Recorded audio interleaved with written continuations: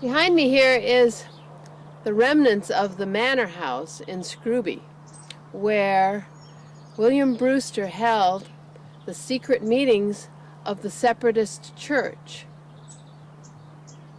These meetings had to be held in secret because they were treasonous.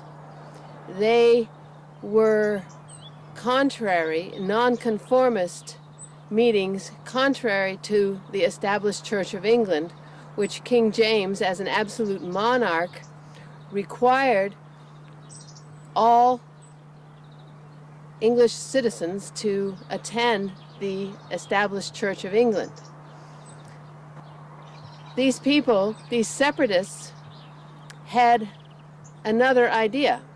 They had the Bible translated in English on their tables, and they realized that the scriptures told the people to live according to their own conscience.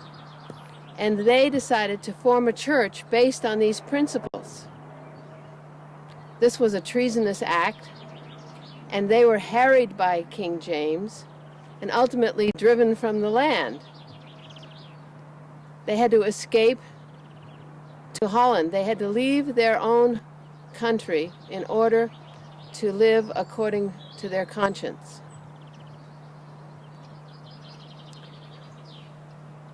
William Brewster, who was educated at Cambridge University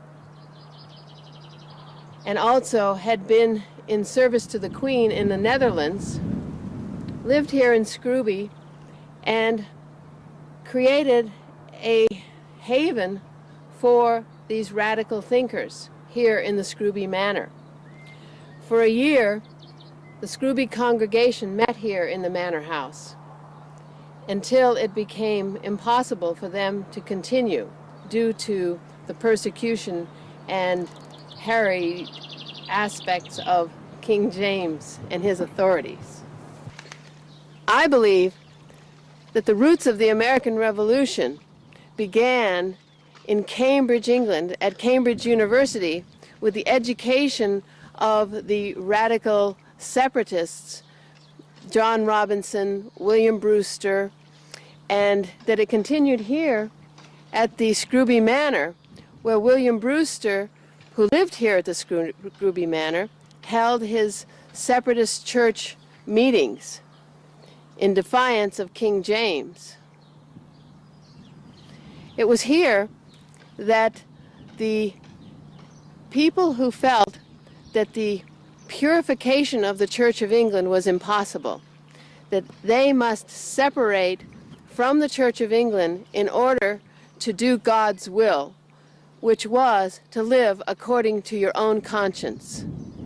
So these people put their lives on the line, they committed treason, they were jailed, they were harried, and finally they had to flee their own mother country for these beliefs. They fled Scrooby to go to Holland, where there was religious tolerance.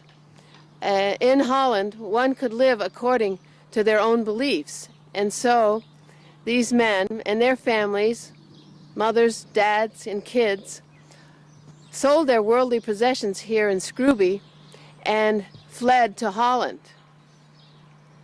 They lived in Holland for 12 years, and ultimately the atmosphere in Holland changed from religious tolerance to intolerance, and there was the threat of the Spanish Inquisition coming up, and so these people decided that it was time for them to leave Holland and seek a new world where they could institute a community based on freedom of conscience.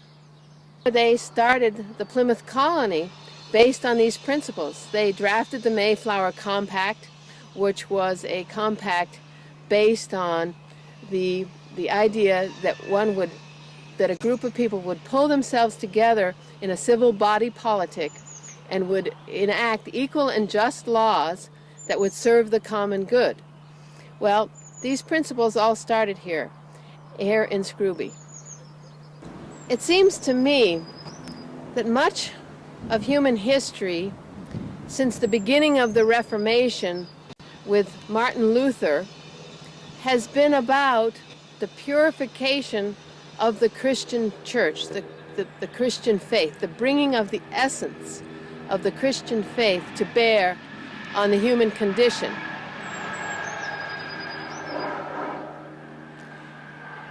The Puritan movement that found its fertile ground at Cambridge University, where radical thinkers were educated, John Robinson, William Brewster, who lived here, who ultimately left the Puritan movement and formed the Separatist movement.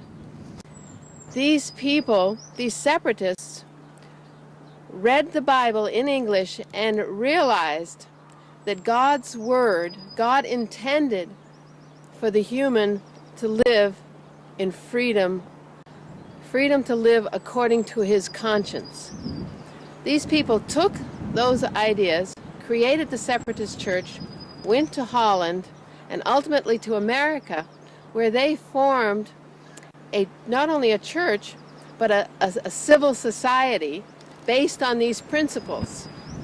Well, I believe that the Native Americans whom they met there in America have in their essence, in their fundamental understanding of the nature of the universe, their beliefs, their spiritual understandings, that they met there people who have the same driving force, and that is freedom of the human spirit.